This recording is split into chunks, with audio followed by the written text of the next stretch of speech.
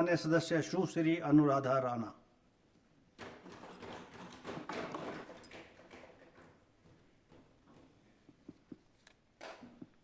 माननीय अध्यक्ष महोदय,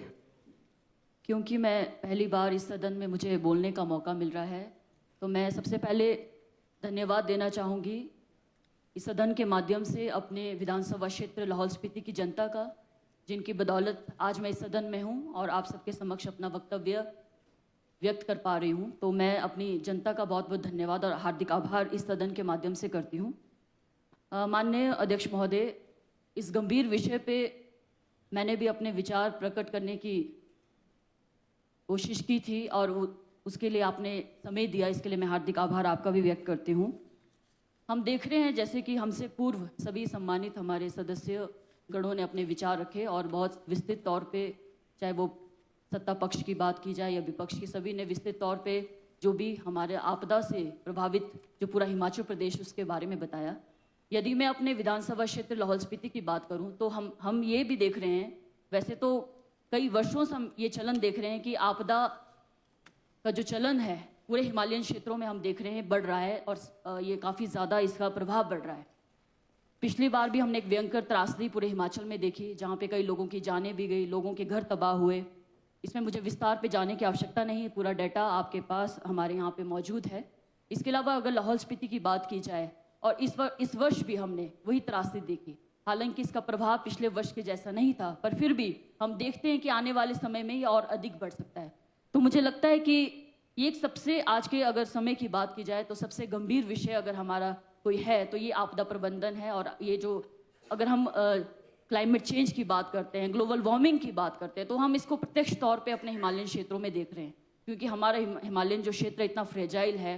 सिस्मिक जोन की अगर बात की जाए तो 4 और 5 के सिस्मिक जोन में आता है। हमारे हिमालयन नए पहाड़ है, हर दिन प्रत्येक वर्ष इनका डेवलपमेंट हो रहा है। तो मुझे लगता है आने वाले समय के लिए बहुत हमें गंभीर विचार और नीति बनाने की आवश्यकता है, चाहे वो स्टेट लेवल की बात आती है या सेंट्रल लेवल की।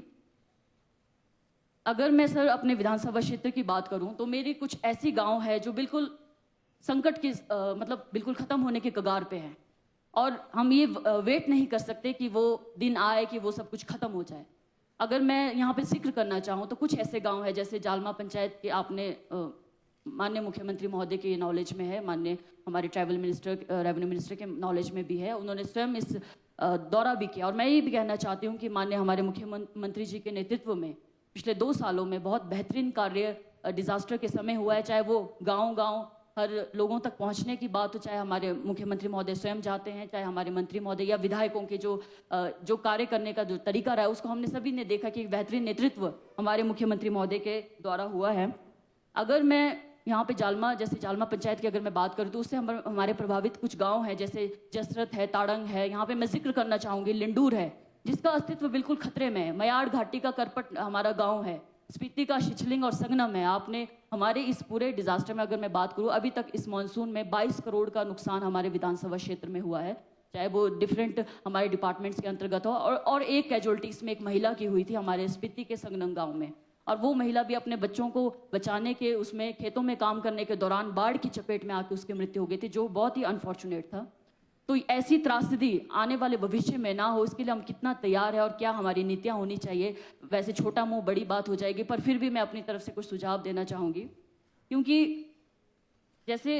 सबसे पहले तो सर हम रिहेबिटेशन की जहाँ बात करते हैं, क्योंकि हम मेरे विधानसभा क्षेत्र के भी कई ऐसे गाँव हैं जो बिल्कुल संकट की स्थिति में है, जिनको कभी भी पुनर्स्थापन करने की आवश्यकता है, जिसमें लिंडूर है, हमारा करपट है। तो सबसे पहले तो मैं चाहती हूँ कि इस सदन के माध्यम से हमारे जो सेंट्रल गवर्नमेंट है उनको भी प्रस्ताव पारित होना चाहिए, उनके लिए प्रस्ताव जाना चाहिए कि ज्योग्राफिकल सर्वे ऑफ इंडिया के माध्यम से पूरे हिमाचल में जिलावार जो है हमारे ऐसे जगहों को चिन्हित किया जाना चाहिए जहाँ की ज़मीन किसी भी प्रकार के नए निर्माण, नई मशीनरी के प्रयोग के लिए उपयुक्त नहीं है। और ऐसी जगहों के लिए भवन निर्माण व ट्रांसपोर्ट सुविधा के लिए मुझे लगता है अल्टरनेट तरीकों पे भी कार्य होना चाहिए, क्योंकि हम कहते तो हैं कि ये प्राकृतिक आपदाएं, पर कहीं ना कहीं हम देखते हैं कि ज़्यादातर ये ह्यूमन डेवलपमेंट के द्वारा ही है, मानव निर्मित ये ज़्यादा हमें कहेंगे, तो मुझे लगता है इसमें कोई गलत नहीं होगा। और आम जनता में भी मुझे लगता है सर जागरूकता लाने की बहुत ज़्यादा आवश्यकता है, चाहे वो ग्राम सभा के माध्यम से हो। खासकर जब हम ट्राइबल जिले की बात करते हो तो मेरा सौभाग्य है कि मैं ट्राइबल जिले से दूसरी महिला हूँ, और ट्राइबल होने पे मुझे गर्व है और ट्राइबल होने के नाते कई तरह के कानून, कई तरह के अधिकार संविधान ने हमें दिए, जिसके कारण हम ट्राइबल कहे जाते हैं। तो ग्राम सभा के पास वैसे ही हमारे अधिकार है पेशा कानून के अंतर्गत। पर हम ये भी देखते हैं कि जैसे पिछले वर्ष सेंट्रल गवर्नमेंट के द्वारा जो एफसी अमेंडमेंट कानून लाया गया था, जिसके अंतर्गत हमारे जो ट्राइबल राइट्स हैं, चाहे वो फॉरेस्ट राइट एक्ट की बात की जाती है या पेशा कानून की बात की जाती है, panchayat extension of schedule areas act, तो इसको काफ़ी क्षीण किया गया, इसको कमज़ोर बनाने की कोशिश की गई। क्योंकि जहाँ हम रिहेबिटेशन की बात करते हैं, रिहेबिटेशन में कहना मुझे लगता है काफ़ी आसान होता है कि इनको नई जगह पे पुनर्स्थापन किया जाए, पर अगर मैं अपने विधानसभा क्षेत्र, अपने जिला की बात करूं तो 80-90% हमारा फॉरेस्ट लैंड है। और पहले भी एक केस मुझे लगता है गिऊ गांव से हमारा सेंट्रल गवर्नमेंट को गया है, मिनिस्ट्री ऑफ एनवायरनमेंट को, और वो केस रिजेक्ट हुआ है कई सालों बाद ऑन द ग्राउंड ऑफ ये FCA, फॉरेस्ट कंजर्वेशन एक्ट। अब जब से इसमें संशोधन हुआ है तो इसको और ज़्यादा मुझे लगता है स्ट्रांगली ऐसे हमारे इलाकों के लिए सही नहीं है। क्योंकि एक तरफ तो बड़े बड़े जो हाइड्रो प्रोजेक्ट्स बनते हैं या बड़ी ऐसी विनाशकारी योजनाएं जिनसे पर्यावरण पे डायरेक्टली प्रभाव पड़ता है, इम्पैक्ट पड़ता है, जिसके कारण हमारा पर्यावरण का शोषण हो रहा है और ऐसी आपदाएं आ रही है, उसमें तो FCA बहुत आसानी से मिल जाता है, FC क्लियरेंस बहुत आसानी से मिल जाता है। पर जब हम रिहेबिटेशन की बात करते हैं, लोगों को घरों पुनर्स्थापन की बात करते हैं, तो वहाँ FC क्लियरेंस कई सालों तक नहीं मिलता या रिजेक्ट हो जाता है, जैसे कि मैंने स्पीति का एग्जाम्पल दिया। तो इसमें मुझे लगता है यहाँ सदन से भी प्रस्ताव पारित होना अत्यंत आवश्यक है कि ऐसे खासकर डिजास्टर के केसेस में, और जहाँ तक मेरा इलाका है जो पूरा फॉरेस्ट लैंड है, वहाँ पे हमें रिलैक्सेशन इसमें दिया जाए, जो हम रिहेबिटेशन की जहाँ बात करते हैं, जो कि आने वाले समय में बहुत ज़रूरी है, अगर मैं लिंडूर या करपट या छिछलिंग जैसे गाँव की बात कर रही हूँ। और सर एक और चीज़ है, ग्लोबल वार्मिंग के कारण हम देख रहे हैं कि खासकर मैं अगर अपने विधानसभा क्षेत्र की बात करूँ तो हमारे जो झील हैं, जो ग्लेशियर से बनते हैं, उसमें अप्रत्याशित वृद्धि हुई है जिसके आकार में, और इसका सर्वे करना, इसका स्टडी करना और उसके जो कारण है और परिणाम है, इस पर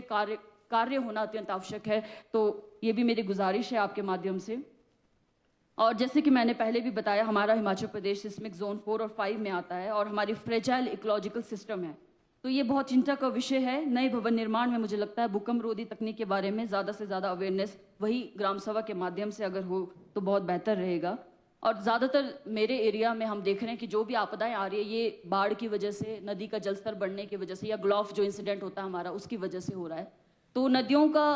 मेरी ये गुजारिश है सर कि सरकार के माध्यम से भी, आपके माध्यम से सरकार से गुजारिश है कि जो भी नदियों का चैनलाइजेशन है या नालों का चैनलाइजेशन है, ये प्रायोरिटी में हमारे विधानसभा क्षेत्र में हो। क्योंकि अगर इस वर्ष भी समय पे कार्य नहीं होगा, जैसी वाटर लेवल हमारे चंद्रभागा नदी का कम होता है या नालों का कम होता है, तो अगर काम समय पे नहीं हुआ तो आने वाले समय में और स्थिति बिगड़ सकती है और हम उस स्थिति का वेट नहीं कर सकते। जब जनता ने हमें मैंडेट दिया है तो मुझे लगता है कि जो अकाउंटेबिलिटी, जनता के प्रति जवाबदेही है, उसको सही साबित करने का दायित्व भी हमारे ऊपर है। और महिला होने के नाते मुझे लगता है कि हम तभी अपने आप को प्रूव कर पाएंगे जब सभी का सहयोग मिलेगा और एक प्रूव कर पाएंगे कि महिला भी एक अच्छा नेतृत्व और एक अच्छा कार्य कर सकती है। तो जहाँ तक मैं, और एक और चीज़ मैं ऐड करना चाहूँगी सर, सीमेंट और जैसे हमारे कंक्रीट के जंगल हैं जो हमारे पहाड़ों को बिल्कुल ख़त्म कर रहे हैं, और हमारे पहाड़, हमारी नदियाँ, मुझे लगता है कि इन आपदाओं में हमें लगातार संदेश दे रहे हैं कि कहीं ना कहीं जो हम नेचर के साथ जो खिलवाड़ कर रहे हैं उसका नतीजा है कि आज हम इन आपदाओं से जूझ रहे हैं। तो इसमें ना सिर्फ सरकार के लेवल पे बल्कि आम लेवल तक जागरूकता की आवश्यकता है, और जब तक आम लोग इसमें भागीदारी नहीं देंगे तब तक सरकार भी इसमें कुछ नहीं कर पाएगी। तो जो हमारा पारंपरिक भवन निर्माण की शैली थी, मुझे लगता है सर को इसको पुनर्जीवित करने की आवश्यकता है। जो हमारा पुराना आर्किटेक्चर रहा है, पुराने जो हमारे कार्य करने के जो तरीके हैं या आर्किटेक्चर है, उसको पुनर्जीवित करने की अत्यंत आवश्यकता है। इसी के साथ सर, जैसे मैंने बताया कि 22 करोड़ का नुकसान हमारे पूरे विधानसभा क्षेत्र में अभी तक हुआ है और अभी ये और भी बढ़ सकता है अगर मौसम को देखते हुए। तो जो मुआवजा राशि, जैसे माननीय मंत्री, हमारे मुख्यमंत्री महोदय के नेतृत्व में एक अच्छा ऐतिहासिक डिसीजन जो लास्ट ईयर दिया गया था, जहाँ पे 1.5 लाख से 7 लाख गुना बढ़ा के जो राशि दी गई थी, चाहे वो घरों की बात आती है, खेतों की या फसलों की। मेरे विधानसभा क्षेत्र में ज़्यादातर नुकसान मैंने देखा कि हमारे ज़मीनों का और खेतों का और फसलों का हुआ है, ज़मीनों का हुआ है। तो ज़मीन के बदले ज़मीन मिलने का मुझे लगता है बहुत एक प्रावधान बहुत अत्यंत आवश्यक है, क्योंकि जिन लोगों की जो रोजी रोटी है सिर्फ खेती पे निर्भर है, उनका ज़मीन जाना कई बीघों के हिसाब से हमारे जालमा पंचायत में और सिस्सू के आसपास और करपट में और स्पीति के शिचलिंग सगनम में लोगों का खेती बाड़ी और फसलों का और ज़मीनों का नुकसान हुआ है। तो ज़मीन के बदले ज़मीन, मुझे लगता है इसका प्रावधान अत्यंत आवश्यक है, और वो चाहे नौतोड़ के माध्यम से हो चाहे FRA के माध्यम से, पर उसमें FCA में हमें रिलैक्सेशन देना अत्यंत आवश्यक है, जो कि केंद्रीय का कानून है और उसके लगता है मुझे इस हाउस से प्रस्ताव पारित होना अत्यंत आवश्यक है। बाकी सर, डिजास्टर मिटिगेशन फंड्स की भी मैं बात करना चाहूँगी। अब ये नया कंसेप्ट 2005 में जैसे हमारा डिजास्टर मैनेजमेंट कानून आया है, पर हम ये देख रहे हैं कि आज तक जो भी इसकी कार्यप्रणाली या सिस्टम रहा है, हम आफ्टर पोस्ट डिजास्टर रिस्पांस करते हैं, डिजास्टर होने के बाद हमारा रिस्पांस होता है। तो प्री डिजास्टर फेज में जैसे डिजास्टर मिटिगेशन का जो कंसेप्ट सरकार के द्वारा किया जा रहा है, बहुत अत्यंत सराहनीय है। बस मेरी ये गुजारिश है कि मेरे विधानसभा क्षेत्र के लिए भी डिजास्टर मिटिगेशन में, चाहे वो फ्लड प्रोटेक्शन है, चाहे लैंडस्लाइड मिटिगेशन है या अन्य डिजास्टर में, अधिक से अधिक फंड का प्रावधान किया जाए, ताकि स्थितियों को उजाड़ने या बिगड़ने से पहले हम कुछ धरातल पे कर पाएं और लोगों की अकाउंटेबिलिटी के प्रति भी जवाबदेही हो। तो एक बार फिर से मैं सर आप सभी का धन्यवाद करती हूँ, स्पेशली सर आपका, कि आपने मुझे समय दिया। Thank you so much.